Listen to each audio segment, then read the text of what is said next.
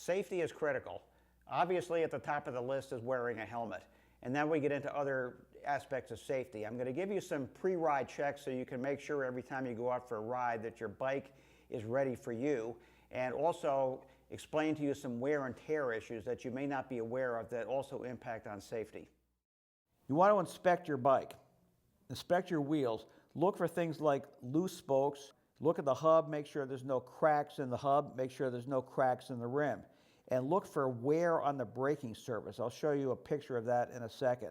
Look also for any bald spots in tires. That can cause a blowout. And look at your handlebar and your frame. Look for any stress risers or any cracks there. If you look at this picture here carefully, look at where the arrow is pointing. This is Chris holding up a rim with a very severely worn sidewall. The sidewall is the braking surface. Well, that's also what keeps the tire on. When the sidewall becomes worn, it becomes concave and you start seeing a gap there. If you hold something flat up against the sidewall of the rim, you can see light around it, and that indicates that it is now, possibly time to put on a new rim.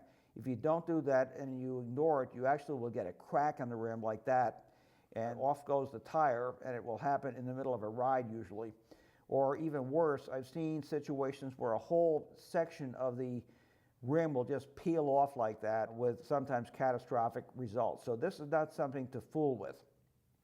Many rims like this have a little dimple on them in places, or sometimes it'll be what looks like a little tiny hole. It looks like a defect almost, but that's actually a wear indicator. As long as you can see evidence of that little dimple, you know that you have adequate aluminum left in the braking surface, that the rim is still safe. Once you can't see that, that means that the rim has become concave enough that you need to replace the rim. Also look for cracks. You can see cracks in the rim, like here. If we look carefully, I often will take a magnifying glass and look carefully just to make sure that there's not some tiny crack that I'm missing. If a crack is there, it will only get worse.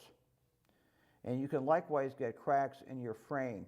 This is a carbon frame that has some cracks in it. These cracks don't happen all by themselves. Carbon is very strong, but if you crash, you can crack it.